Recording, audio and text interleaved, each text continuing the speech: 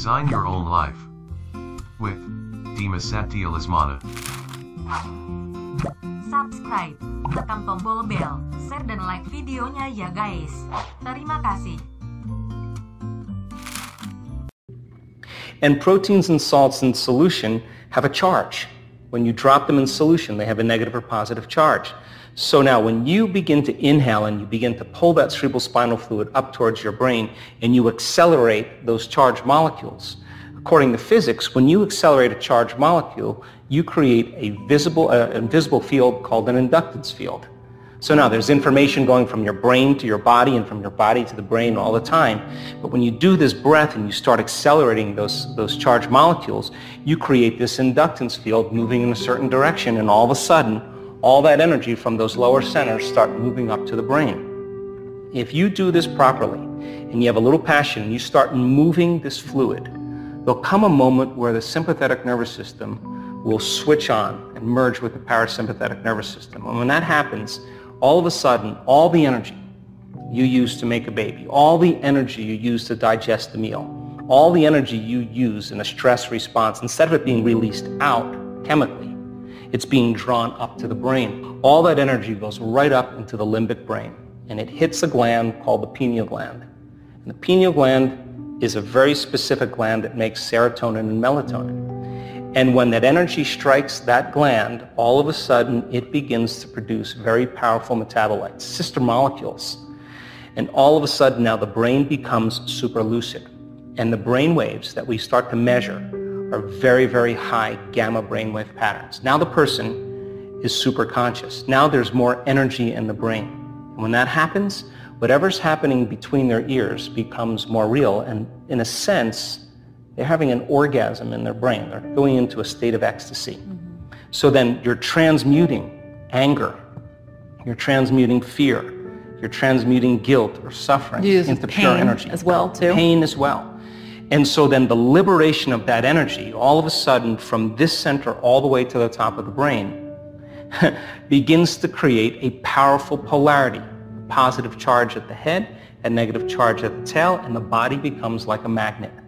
And all of a sudden you start to produce this invisible electromagnetic field. Now the body is liberating energy. Now, once the pineal gland is signaled, it sends a direct signal to the pituitary. The pituitary begins to release two very powerful metabolites called oxytocin and vasopressin. Oxytocin signals nitric oxide. Nitric oxide causes the arteries in the heart to begin to swell, and all of a sudden you feel an incredible amount of love. Oxytocin is the love chemical. When you feel love and gratitude, all of a sudden you're in a state of receivership. And then there's a reverse field that begins to come in the other direction. We've measured this. And that second chemical is called vasopressin. And what vasopressin does is it causes the cells to draw water. So people with chronic bladder infections, people with diverticulitis, people with food allergies, and they do the same breath, and it's just the liberation of energy. And once that energy starts to move and it starts to travel up to the brain, we've measured this on so many brain scans, we can actually predict when it's going to happen. Well, the pineal gland sits right at the base of the third ventricle, and inside the pineal gland are these tiny little calcium carbonate crystals. They're stacked rhombohedrons. They're stacked on top of each other. And if you find the research, and I found it, the pineal gland has been called a neuroendocrine transducer with piezoelectric properties. Now, those are just big words. But piezoelectric effect is when you take a mechanical stress and you apply it to some crystals, and it begins to produce an electric charge. So then the act of inhaling and bringing that breath all the way to your brain with passion and squeezing those muscles, and yogis can do this really well, and holding your breath, you're exerting pressure against that pineal gland. Mm-hmm. And as you start to compress those stacked crystals, you begin to produce a piezoelectric effect. And you're taking a mechanical stress and you're turning it into an electrical charge. Now you're electrically activating those crystals. And those crystals are very sensitive to frequency. And all of a sudden, when they become electrically activated, the pineal gland becomes like a radio antenna. And now it can pick up frequencies faster than the speed of light. Now, why is that important? Because your pineal gland right now is determining whether there's enough light in this room, and if there's enough light in this room, it'll make a neurotransmitter called serotonin. And serotonin gets your brain up and awake, and you can function with conscious awareness. But when the light diminishes and there's an inhibition of light, serotonin is transmuted into melatonin. Melatonin is the nighttime neurotransmitter. It helps us to go to sleep. But serotonin and melatonin are directly related to the wavelength of visible light. So then we're producing certain rhythms and chemicals in our normal waking day based on our environment. But when the pineal gland becomes electrically activated, it literally begins to produce a resonant electromagnetic field. And now that begins to send a signal out, and those crystals stretch until they can't stretch anymore, and then the field reverses and it compresses those crystals, and all of a sudden you have a little antenna right up in your pineal gland. And now it can pick up frequencies that are faster than the wavelength of light. That's called the quantum. And all of a sudden now it will pick up a frequency and transduce. And a transducer is like a television. It takes a frequency and turns it into a picture. And all of a sudden the person has an inner vision. And that inner vision is more real than the world we're sitting in right now. And melatonin then starts to turn into some very powerful chemicals. One of them, or two of them, are the most powerful antioxidants known to man. Anti-cancer, anti-aging, anti-heart disease, anti-stroke, anti-neurodegenerative, anti-inflammatory. Another chemical is the same chemical found in hibernating animals.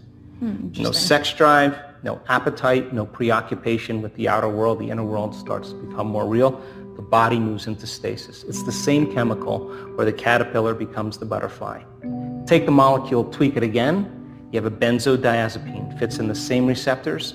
What it does is it suppresses the survival centers in the brain. Take the molecule, tweak it again, and now you have the same chemical found in electric eels, a very powerful biophospholuminescent chemical. Tweak it one more time, and now you have dimethyltryptamine, the most powerful hallucinogenic known to man. And now, person's going on a vision, and that's why it's called the third eye. I call it the first eye because now it's releasing its elixirs, and we start having very profound dimensional experiences. So pulling the mind out of the body is beginning to liberate energy, and it begins to produce a magnetic field, electromagnetic field.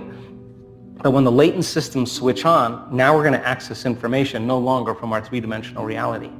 We're going to access that information from the field, and the brain is going to begin to transduce that frequency carrying information into very profound imagery, and the person's going to have a full-on sensory experience without their senses, and it's going to be more real than the world we're sitting in. When something unusual happens, people always say, oh, I want the unknown, I want the unknown.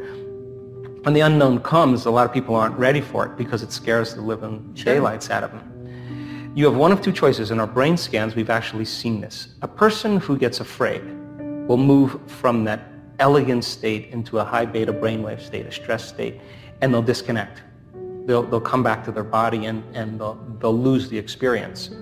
Others, they relax and surrender into it. And the more you relax and surrender into it, and the less you resist it, the less impedance there is, the less physiological conditions we have. So when it happens, we have to literally surrender and relax into it. And that sounds very easy because, but a lot of times it's not. A lot of times it's more difficult than we think because it's a very powerful frequency. And the feeling that you have is a tremendous amount of love if you can fully surrender to it. And it's not chemical, it's electric.